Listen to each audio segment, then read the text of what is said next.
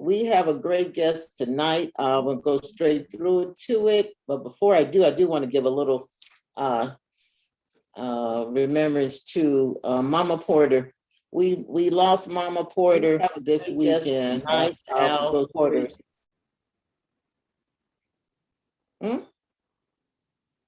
That was Al Porter's mother. And we want to, give our condolences to Al and the family.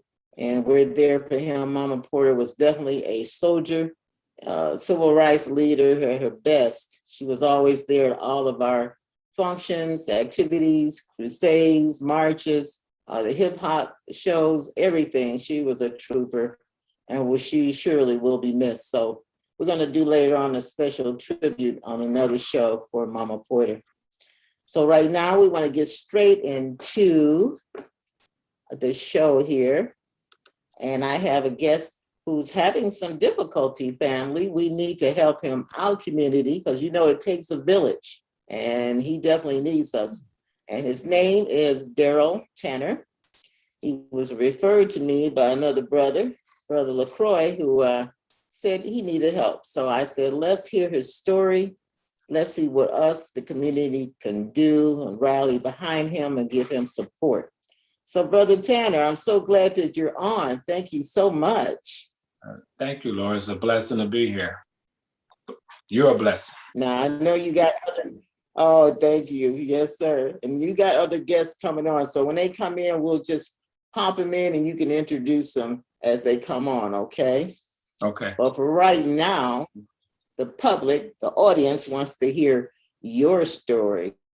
And it was an intriguing story, and it reminded me so much about, unfortunately, another story with Anaya Day Garrett. And we don't want another case like that ever happening. So we have to do something to end this nonsense with child protection services, because they're not protecting our children. So without further ado, Brother Tanner, go ahead and tell us all about what happened. Give us your story. Yeah, thank you, Laura. My nightmare started 3 years ago, March 1st. And it started with me doing what I felt was the right thing, which is take a custody case to court.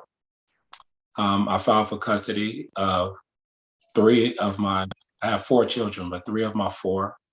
And during this case, I found that my youngest daughter, who was Start. Yeah, who was 6 at the time, biologically, I didn't father her, and I found that out during the court case. Well, since then, she's been taken away, and she's now with the man who she didn't know, didn't raise her, and that's where the courts had given him the rights to her.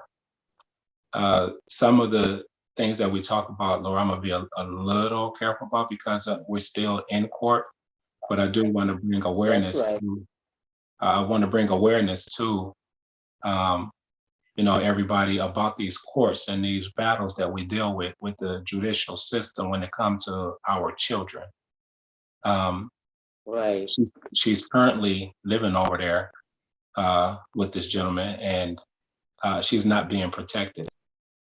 Her well-being, her safety, and her livelihood is being tested, is being compromised by not only the courts who had given temporary custody to this gentleman, but the guardian ad litem who supposed to be there to protect the well-being and the safety of these children. And it's just not happening. Child Protective Service has been involved, they've been called, and social service have been called. Just recently, Laura, we took her to the hospital, and social service called the courts and Child Protective Service and told them this child should not be in the house that she is in. She was malnutrition, she was dehydrated, and she simply flat out came out and told them She doesn't feel safe there. She eats noodles twice a day. Uh, she's lost weight. She's lost weight. Um, and just her body language is depleted. She's deflated. And she asked that day, why is the truth not working? Right. So this is what I'm dealing with just today. So it's a little hard for me, but just today, the attorney that I hired to handle this Mm. quit. He quit the case today, and the judge allowed him to quit the case. So at this point, I actually have no representation for myself and no protection for my daughter. And this is why I thank God for you to help me get this out to the community and save another life. You paid him though money Yes, yes, for his services, and he up thousands, and quit the case. thousands. He quit the case, and the judge allowed him to quit the case today. So Incredible. we in court. This is my third year in court, and it 3 years. 3 years. It was 3 years as of March 1st, and Mm. and as recent as today. And today was a motion that he filed to quit this case. Mhm. So this is where we at, and at this point, um, So what they want you to do then? Be your own attorney or find another representation? well, it fine either one, pro se, which is representing myself, or being my own, and being my own attorney, or finding another attorney. But in finding another attorney, they, along with a lot of people, they understand the challenges with finding another attorney. This is 3 years into this case. We've already had Right. five. We've already had five trial dates. Another attorney will come into this, and they would have to catch up 3 years worth of information, and to Mm. also be ready for a 6 day of trial. Right. Those are the challenges of another attorney. And even if another attorney wants to come into the picture, now we're talking more than double what I've already paid. Exactly. So Exactly. And he should be barred for you. There's definitely a complaint needs to be put in place for that. That's just unacceptable. yeah, Now, you're right, start all over again with another attorney. It's going to be more postponements over and over. Because like you said, they do have to catch up yeah, and get a brief on this case. And that's so unfair to you after what you've been through and the child, because she still has to be around the situation. still has to be around the situation. And Laura, just in case some of the people who are listening that don't know the full details of the case, not only has she been taken away from me, she was divided Mhm. from her brothers. Her brothers, who she grew up with, they've never been apart. And she even told um, the counselors who I had paid to counsel her, the teachers, and the principal, and even the GL, on how she seeks their protection. They protect her and they keep her safe. Um, so what's going on? This system, this GL, is systematically failing this child, and and because of her personal vendettas on emotions, um, she's choosing to keep pertinent information about my child as confidentiality for herself. Um, Right. the the Mm. facts are facts, and what I'm speaking are the facts, which is what my daughter has said. Um, my daughter told her when she pried her arms from around my waist, that Mm. she didn't care about any prizes or surprises or or toys. She just wanted her daddy, and they took. So Mm, this is that's very emotional. And that's a lot of trauma and emotion on her to keep doing this over and over and over again. And it's not over. How old uh, is she? she, she turned 8. She turned 8 in January. We started this case. Okay. We started this case. She Mhm. was 5. She just turned 8 in Mm, January. Um, right. so that's where she's been. The courts gave her to him back in August, and that's where she's been ever since. She's complained about, and she's complained to Child Protective Service and the GL that she's left Mhm. alone. She's told them she don't feel safe. Um, she even asked the GL about telling lies and saying that she wanted to be there, and she really don't. And Mhm. again, it's a really bad situation. Then there's a lot of things about the guy that hasn't even been brought up in court that I feel should be when it comes to raising children. Of course. Um, Right. the situation that I was in, hands down, I felt that I was the best parent for custody. My children had stability. They were making good grades in school. They were connected to the community, family ties, never missed doctor's appointment, never missed dentist appointments. And most of all, they were together. Right. And now Right. they're Now separate. dividing. I don't Mm, understand. I'm like you, and I'm like a lot of people who may be listening, or even a lot of people who heard this case. I just talked to an attorney. I just talked to um, attorney Alicia, the one you told me about, Laura. I just talked to her. No one mhm. understands.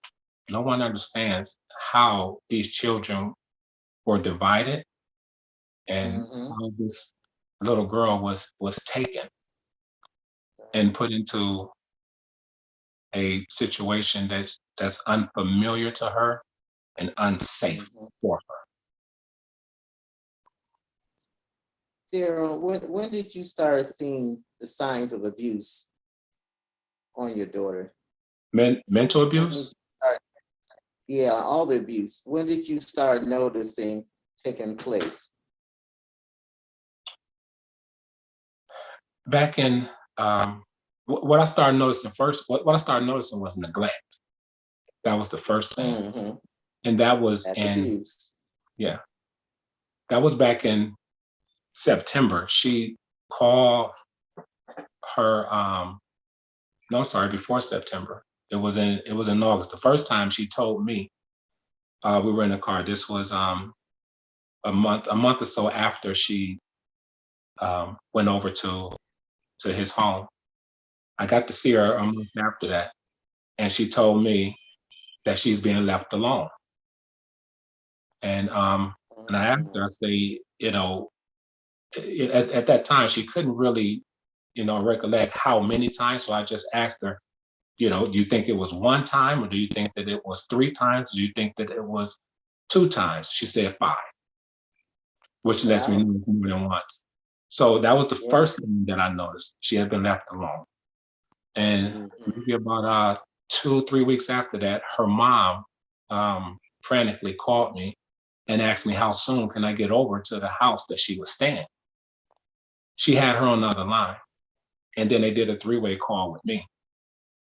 During that 3-way call, she was saying that she woke up and he was gone and nobody's there, and she's scared. She don't know where she's at. We have to understand this is a month later that she's over there at this Hmm. house. She has no idea where she is. Uh, my daughter has never been left alone. She's never been left alone. She was with me. She's never been left alone. So she called her mom. She was scared. Her mom called me on a 3-way, and I proceeded to go over there. It took me about 30 minutes to get over there, and all this time we're on the phone.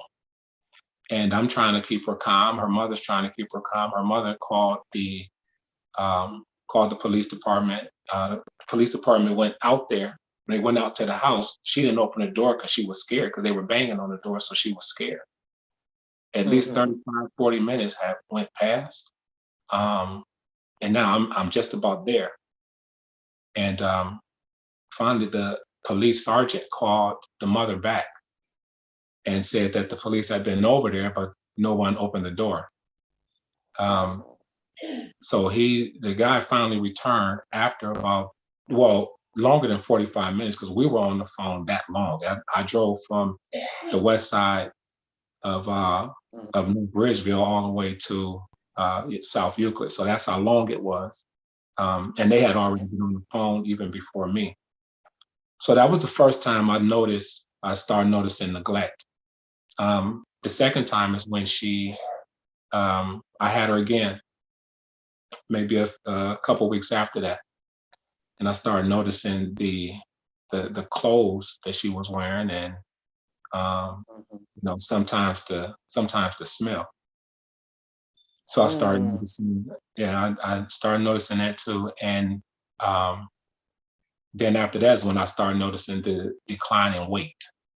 I started noticing she was getting smaller and smaller. And after that is when a lot of that is when the contacts start to break. And you start restricting her from talking to me on the phone. Abuse also came in. She was instructed to stop calling me daddy, which that's the only thing she know me as. Never called me anything but daddy. So that's the only thing she know me as. And that became mentally abusive to her. And he eventually took her devices that I brought her, and she's not allowed to have those things anymore because she keeps saying daddy. Now, one thing I can say, even the judge had warned the courts, had warned all the parties in the courts do not stop her from calling me daddy. But there's been so many violations and so many rules broken in this case that, it's crazy. And this is a situation, Laura, that I ran to the courts and they ran from me. And what happened in that case has always been about the well-being and the safety of all my children. And right now it's compromised, especially with my little girl. And what court system is this? This is Lorraine Courts. Lorraine, who has a bad reputation. Yeah, it's been a lot of complaints, not great reviews, but I felt in this case, I felt that it was, it was almost a no-brainer to where the kids should be and who should have custody over these kids. This is 3 years later, more than $10,000 later, and not only do I not have custody, I don't even have visitation. I filed for visitation to visit the little girl who I raised, who knows me as daddy, who's my daughter, knows my family as her family. I'm the only father that she knows. And I don't even have visitation. And the person who I entrusted to help me with this quit today. And the reasoning he quit? Because they had to give a reason to the court. Yeah, he did. First, Lord, this is not his first time. It's not his first time quitting. He sent the email to everybody and quit back in August. And when he quit then, it was about money. He wanted more money. And we had just left court. We had just left court 2 days before he had quit and said he wanted more money. Well, what happened, Laura, is he did get more. I took another $3,000 to him 2 days later. Today was, so he had been trying to quit all that time. Now, we've only had one trial since then. His reason for quitting today was, of course, more money. And the second thing, he said that he was disturbed, very, very disturbed by information that I revealed to him. My daughter's weight had declined. Her weight now is about 60 pounds, which is what she weighed 2 years ago. And what I did was gave the same information that I had given her doctor, the nurse, Mhm. and the social service. I'd given him the same information out of confidentiality. And he felt that was very disturbing enough to leave this case, which is the excuse that he looked for. Mhm. And he was granted. And it was granted by the judge, but the He was judge granted. could have said no and She could have continued. said Mm-hmm. no, continue. Mm-hmm. Because Mm-hmm. and by him quitting, what he did, he sent that notice to all the parties. He sent the notice to all the parties and even the third party. And what it did, it prejudiced the it prejudiced the court, because now what happens is they know, or they know that there was um, something going on in that camp. One of the codes that he used was a code, um, 1.1.16, and it says the lawyer can withdraw without representation, but they normally don't suggest that. And one of the rules I looked up, one of the rules of an attorney quitting a case, Model Rule 1.6 says that it's the principle of American legal ethics. The duty and confidentiality was not considered when this lawyer moved to withdraw. Mm-hmm. There was no confidentiality. There was no attorney and client privilege. He did it. He emailed everybody that that's what he wanted, and he told everybody that it was I owed him money. And the other news and the other information I sent him was so very disturbing. And the judge allowed it. I sent the information that I Wow. sent to him, in which, again, I showed the social service who came to the hospital. My daughter was taken to the hospital because she had been complaining about her stomach and about her legs. A lot of it was anxiety. A lot of it was her being scared. They did tests on her. They ran tests on her, took her blood, came back, and they said that this child is dehydrated. This child is malnourished. They asked me and her mother to leave the room, and they wanted to speak with her alone. First the nurse, then the doctor, and they called social service. Social service came in, they spoke to her. They asked us for pictures. They asked us did we have any before and after pictures? I provided before and after pictures. I provided the pictures of her before she went to um, stay with this guy, and the pictures after, the pictures that she looked like right now. Those are Yeah. the same information I handed over to the attorney. And he found it so appalling that he needs to leave the case. Um, and the thing is, Lord, I find it disturbing as well. Mm-hmm. It is very disturbing. Mm-hmm. So yeah, That so should have that's made him want to take the case even more, because he sees now what's happening to the child. He sees it with his own eyes, but he yeah, turns away. he turned away. Not only did he turned away, um, the courts are turning away, the GL is turning away, the guy himself is turning away. This is not, to them, this is not so much about the child anymore. This is Yeah. about control. It's about revenge.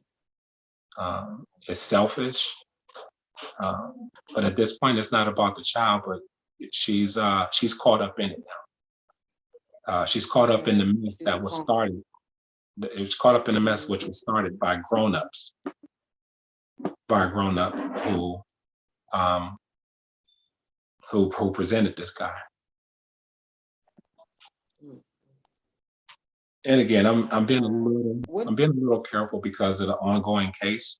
But I Right. would really, And of course, I would really want to come back yeah, and give names and give accounts and give days, and we can do all of that. You know, yeah. at this point, Laura, and my hands are up. It's it's my hands are up, and I don't mean up as in I don't know what to do. I mean up as in praise, because right now Yes. I Yeah. believe he's the only one who can help. Mhm. Yeah. Well, we're definitely sending you support. That's why I wanted you to get in contact with, and you're going to end up meeting Joe Jones himself, the coordinator of Father Lives Matter, because he goes through a lot of this with fathers trying to seek custody of their children, and it just goes in the deaf ears. And he knows and understands your situation. So we do have somebody, I think it just tried to come on. I'm not sure, May. I think it's probably one of your guests, Mr. Tanner, but I think she popped back out. Maybe Earl's trying to get her connected again. But yeah, you need an organization behind you at this point. We're powerful in numbers, and that way we can go in together, all of us, to the courtroom with you if need be, and also rally around and start protesting, because it's so many children have been in this legal custody battle between parents and homes and uh, foster parents and everything, but they're just pawns in the game. In the meantime, they're losing their lives. They're dying. They're dying, and some hit the news and some don't make the news. But we do not want your daughter to be in that situation. And I'm so glad that you was able to muster enough strength to contact me, because I know it's hard to talk about stuff like this. And then over and over and over, because you don't know who can help, who can't help, and you're just saying the story over and over and over, but I am there to help you for sure. And we will get some type of resolution from this. And that's a lot of money to pay an attorney for him to walk out with some ridiculous statement. And then the judge, because they're all connected. I believe the court system is so flawed. It needs to be revamped totally. They're all connected. They're all in cahoots together. It's all a money making scheme. But our children are going through it, and they're the ones who are suffering. So you're not alone. Number one, there's other people out there in your situation, especially fathers. They go through a lot, because for some reason it's been like this for years, and you and I know the courts always seem to favor the mother. Yeah. Yeah, why is that? That always seems to be the case. But they Yeah. always complain when the father's not in the home or in the child's life. Well, so that needs to be. We have to do something together to support you and get this in the contact. I was thinking too, the ward that you live in, we need to find out who that council person is, and they need to be included in all of this as well. That's what they're around as well for. So we have to find out what ward you're in, and who's your councilman or woman. We will do that as well. And when Joe gets a hold of you, you won't believe the things and resources that he has. He will be there to help you as well. But yeah, your ex-attorney needs to be reprimanded, or a complaint needs to be filed on him. He shouldn't get away with that, because that's a lot of money gone, and where you got this like starting all over again. So we don't want that happening. And I'm so glad you was able to talk to Alicia. She is a powerhouse. She was referred to me by Attorney Jordan, and I'm quite sure she will pick up some things for you. And if she's not busy with another case, she will take this case. And look out, because all hell was going to break loose. That's all I can tell you on that point. but I know her personally. But what encouraging words can you say to fathers out there who are listening? Because you know it's people out there listening to your case. Yeah. I would say keep fighting a good fight, which is what I've done throughout this whole battle. It's I fought the good fight, no violence and nothing physical. I Mhm. I stayed focused on the task at hand, which is the children's well-being and their safety and them being together. Um, Stay resilient. Um, you are going to lose some sleep. You'll probably Yeah. lose some weight. Yes. You'll probably lose your mind, but you keep Mhm. pushing.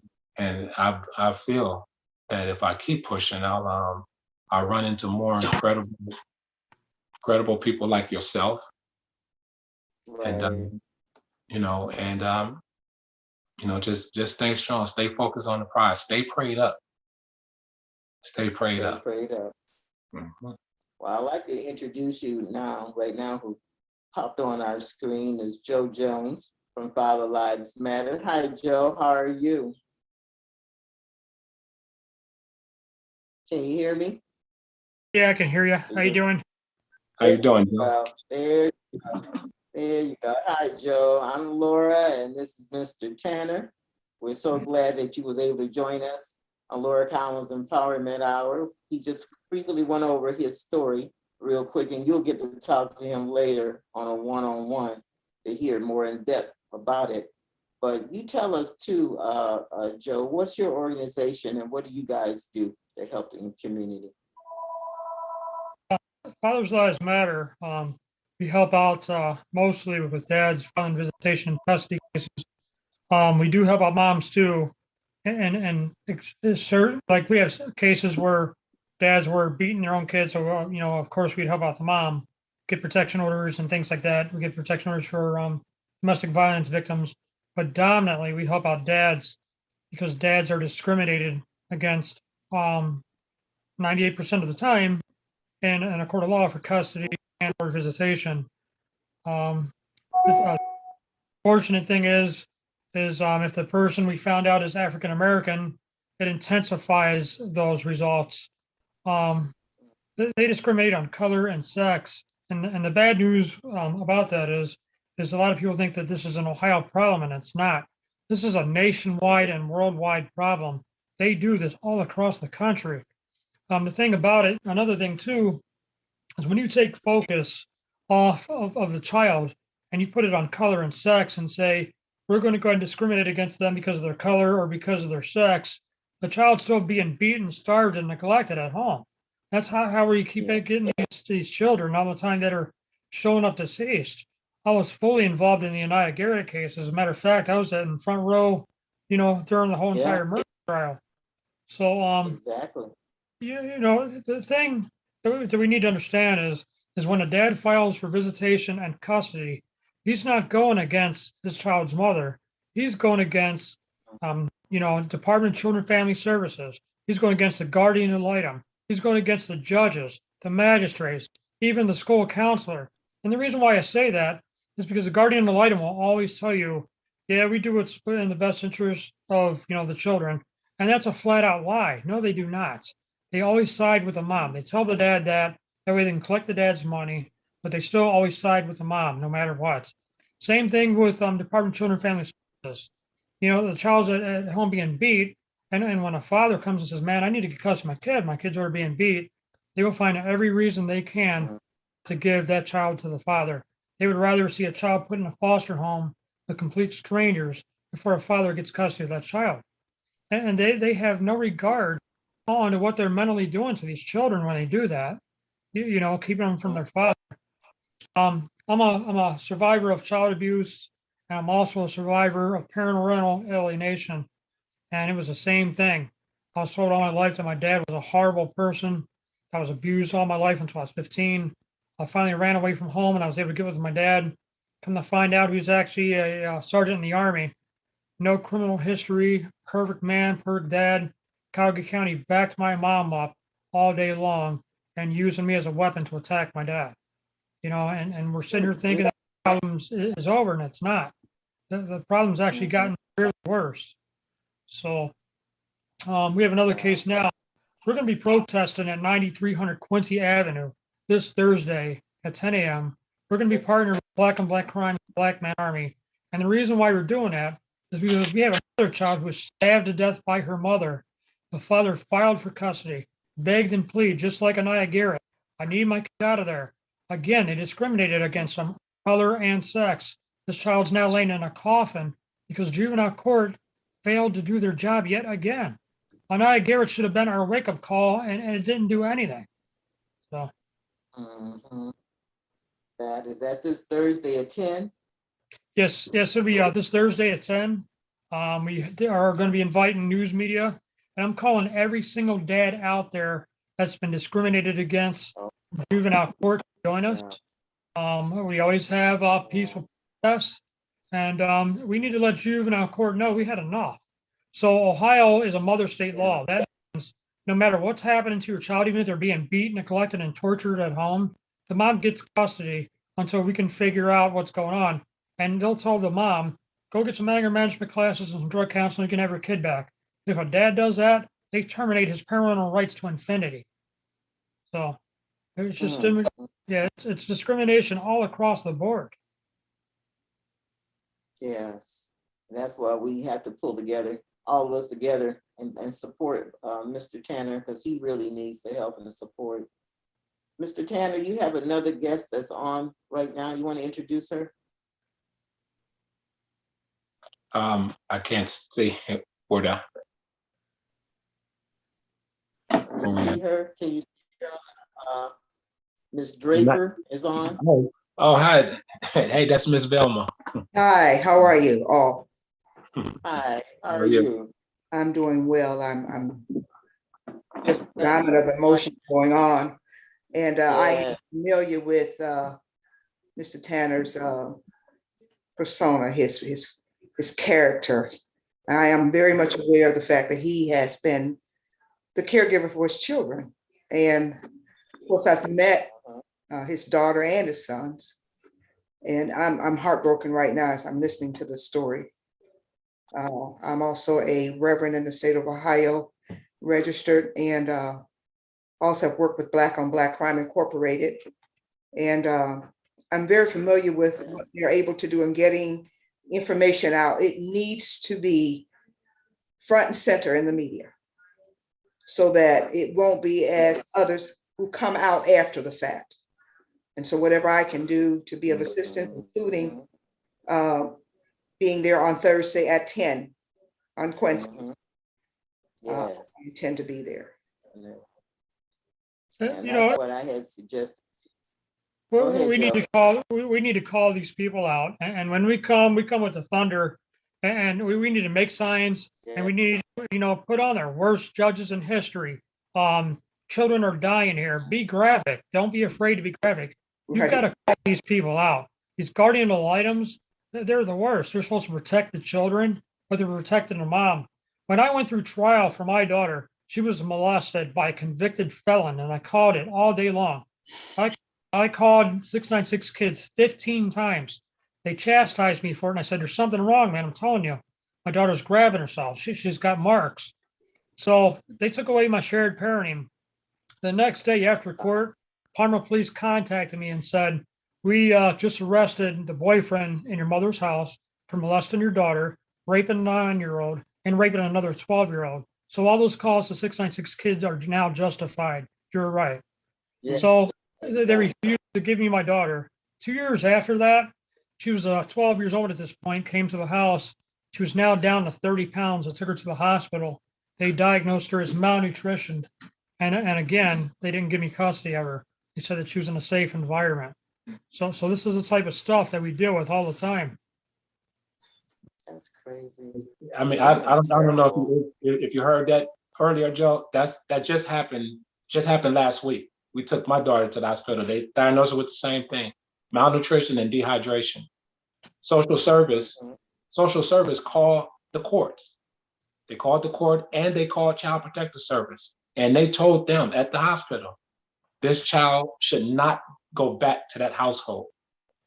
And the courts told her, well, the guy has temporary custody, so she has to go. And that was it. Mm. Wow. When they called the, so Child Protective Service here, instead of the first call being to the house that she was in, they called the GL first. They called the GL and told her that we've taken her to the hospital.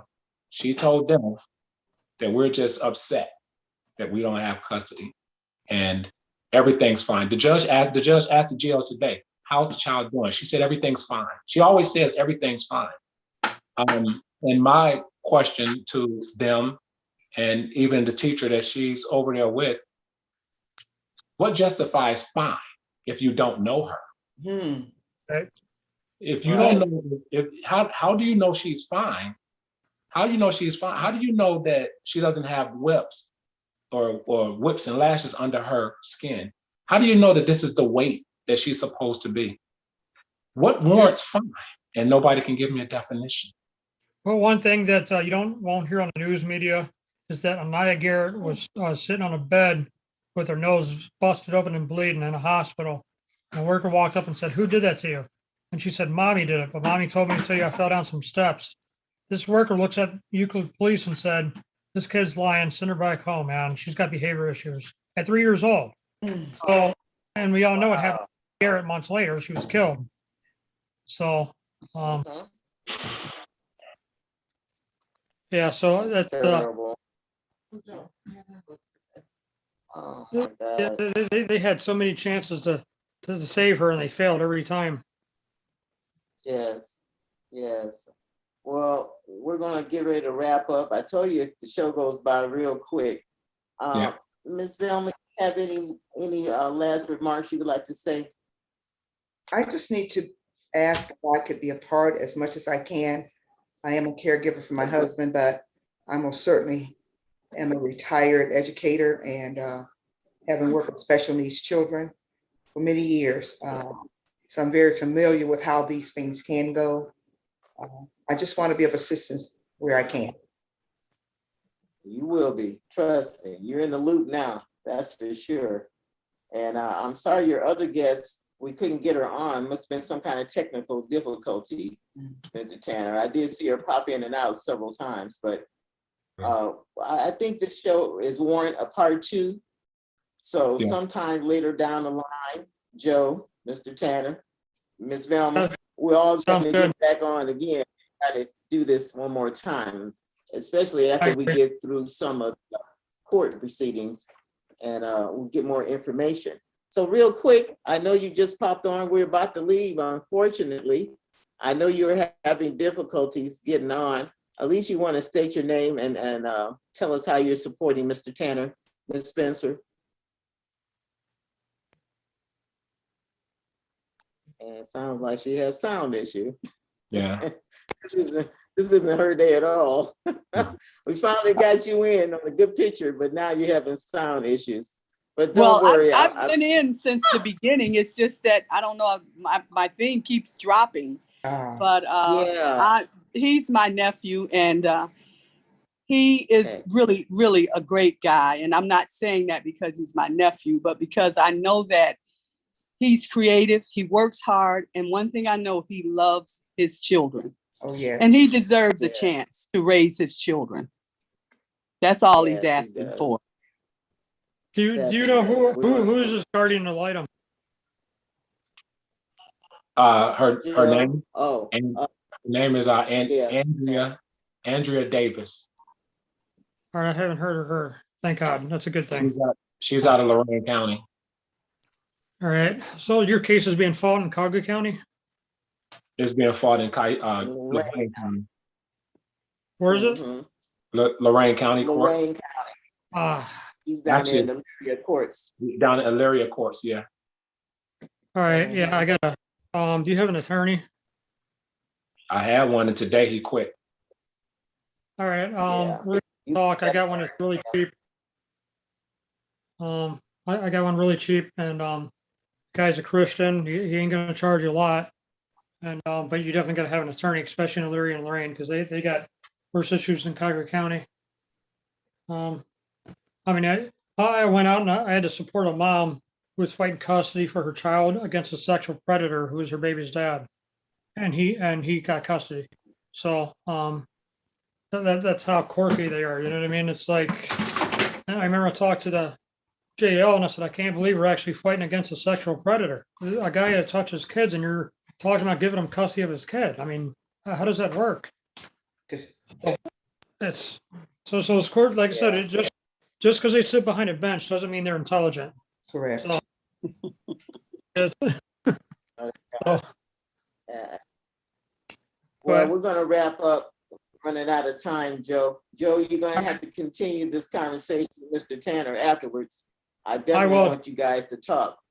Yep, I'll be calling you out there Thursday. Okay, I appreciate it. Thursday at 10 o'clock. Yep. All right. Thursday, 10 o'clock. Where is it at, Joe, again? Thursday at 10? 9300 Quincy Avenue, Juvenile Court. Juvenile Court. They call it Taj Mahal. Mm-hmm. We'll be there, definitely. Bring kick signs, bring whatever you bring. Yep, sounds good. Okay. Thank you again, guys. I'm sorry we had to wrap up, but we will continue. This is not over. We still have many more sessions. Okay. Sounds good to me. Yeah. Thank you. Thank you, Mr. Tanner. Thank you. For this to a light. You know, we really need to hear your story, and we will support you every means necessary. And I appreciate it. Thank you very much. Okay. Yep. All right, guys. Laura Cowan's Empowerment Hour. Thank you for tuning in. I appreciate it so much. You can catch us every Monday right here on voiceitradio.com. This show is recorded, so it will be a version out there and a link that will be sent that you can hear the show in its entirety. And we will continue a part 2 of this because it's not over. Trust me, it's not. We have a long fight ahead and we're willing to fight because we are the village. Take care and God bless, and we'll see you soon. Remember, guys, Thursday, 10 o'clock, Juvenile, we're going to be there. Good night, all. God bless. Take care, everybody.